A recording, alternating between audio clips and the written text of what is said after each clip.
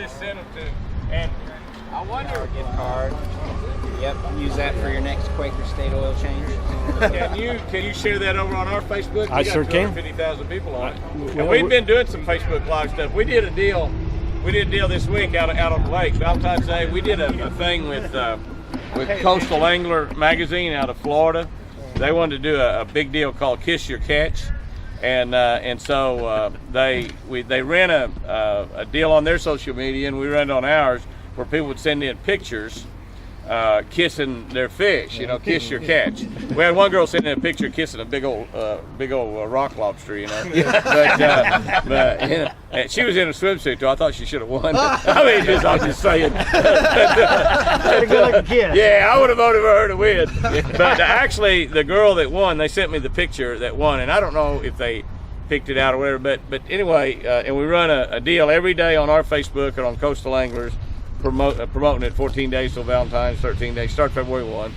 And then we did a Facebook Live yesterday at 2 o'clock. I was up in the river and fishing, and we did a tease at 2 o'clock, and we did a live deal at 3 o'clock and announced the winner of that thing. And they won, get this is a pretty cool deal.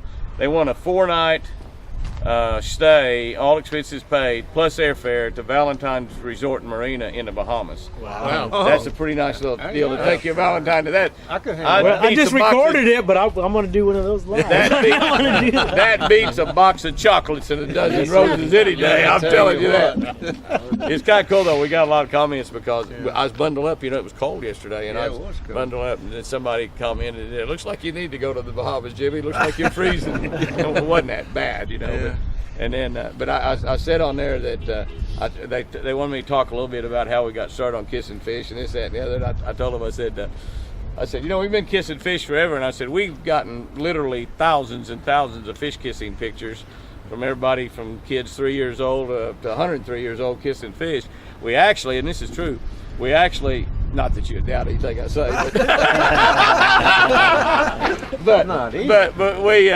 but we actually got a picture from Vladimir Putin about 5 years ago kissing a northern pike.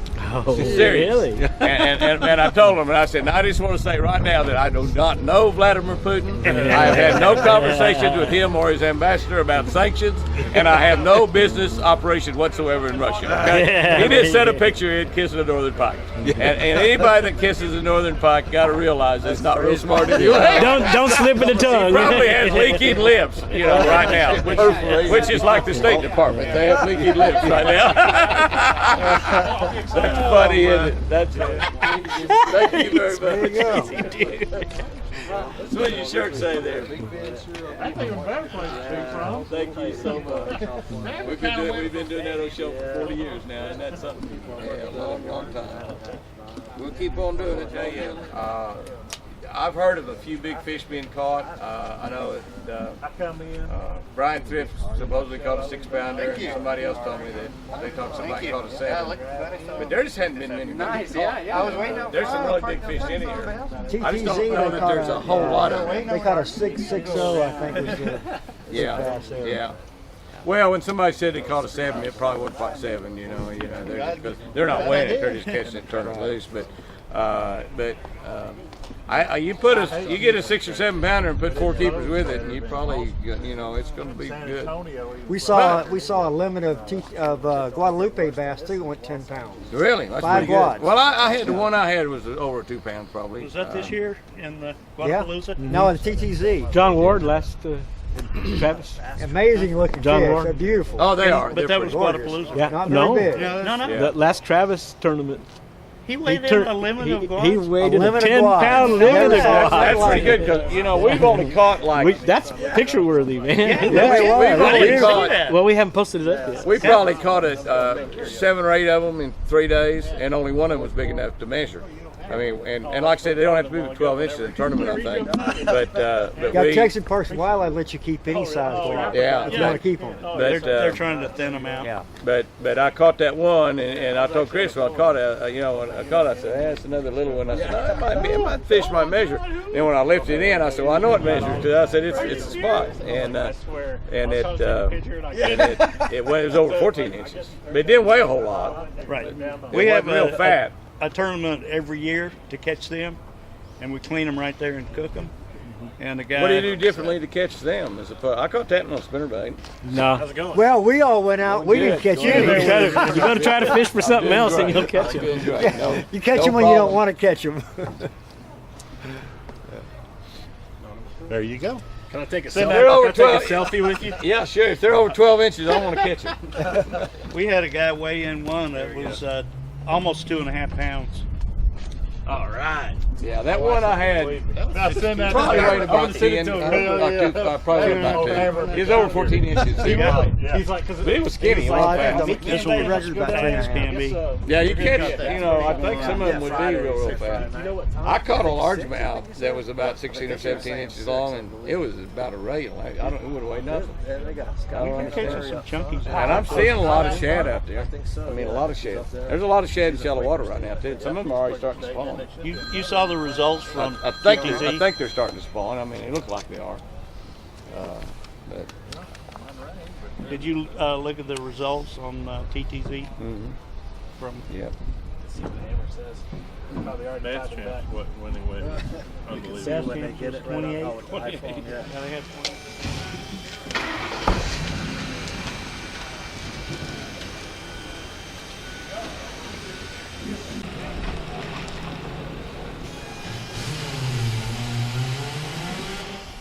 He plugged me in last time. Are you one of the producers too? I'm Jacob, yeah. Oh yeah. Good to meet you. Nice to meet you, Jacob. Love the glasses, man. Thanks. Yeah, they cover my other ones too. Oh, that's they cover me. Where's the hot dog? We don't have enough of those. He never shuts up.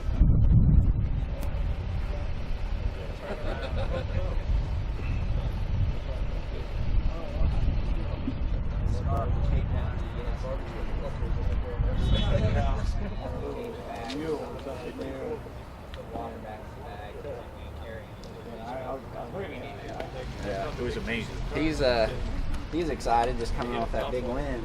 Yeah. That was pretty awesome.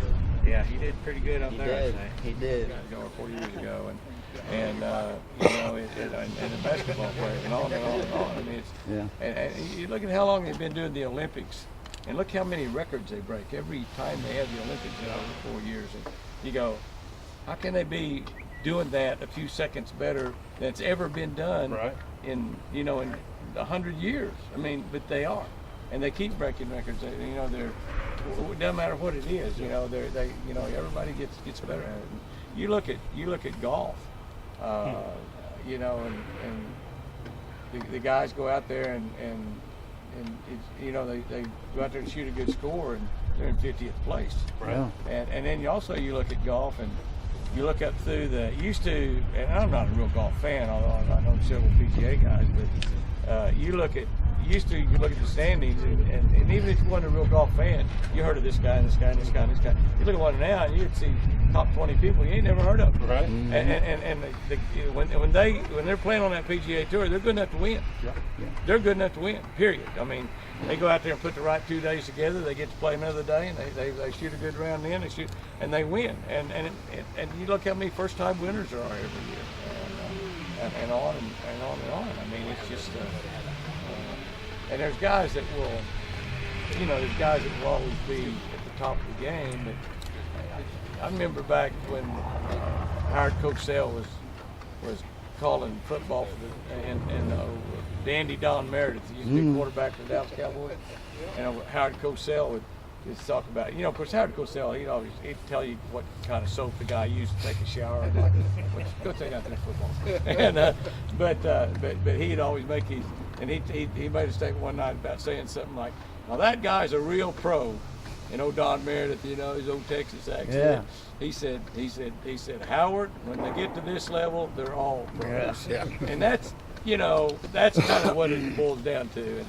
And you take, that 107 that plays at the Bass Elite, the 165 that plays here. There ain't a guy out there that's not good enough to win. And those guys are, and these young guys, so many of them anymore, they go out there and practice. They have a practice like here where you have a hard time catching. Oh, they want to cancel a tournament or something. They ain't catching 20 pounds every day. They think their things are horrible, you know.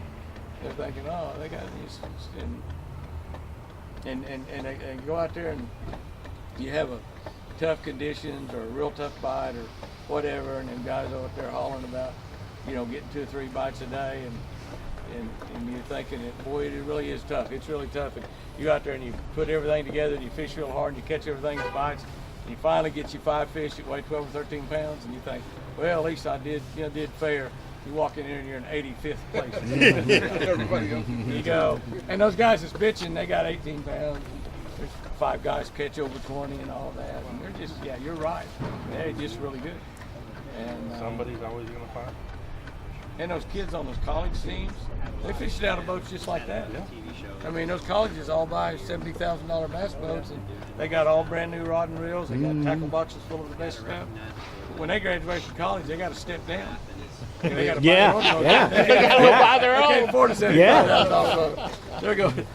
They're out there and they're saying, "Well, I remember back when I was going to school at Dallas Baptist, and I was fishing out of a brand new Ranger. Now I'm fishing out of a 14-foot John boat. Gas paid for, everything. Yeah. We had 2 brand new Rangers at OU. Now look what I got. I'm fishing out of a 20-year-old Triton that I bought for $8,000. But you know, that's where we all started. Most of us started in Newman. Jimmy, before we run out of light, let me get a picture right quick so it can make you look good. Absolutely. Hold on. I need all the help I can get. You're the one's got the radio face, not me. That's why I say I will make you look good. Oh, there's 2 good smiles on that.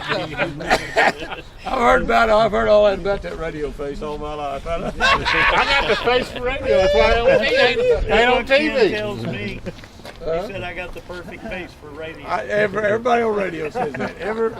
Yeah, you notice all the ugly guys. we get the radio. Look at here. That radio station sends a pretty girl. Look at that. I know, See, they did. send a good They looking did girl too. Yeah. Gina ain't even paying no attention to Right. you over there.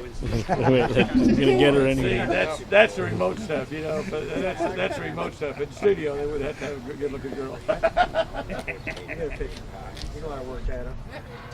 Boy, shoot, it's like a rocket. I mean, that was Gotta have a picture of my hero here.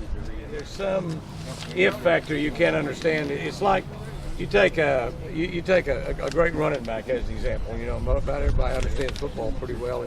You take a great running back that you know, for some reason he's able to, you know, at a certain time make a certain cut and Find stuff, that hole. and he's able to, he pauses at the right time, and a lot of it's just kind of a God-given deal that's inside that maybe the other guys don't have. And then you could have another running back that's really, really good. Maybe he's playing in college or playing in the NFL, but he's still not as good as that guy over there.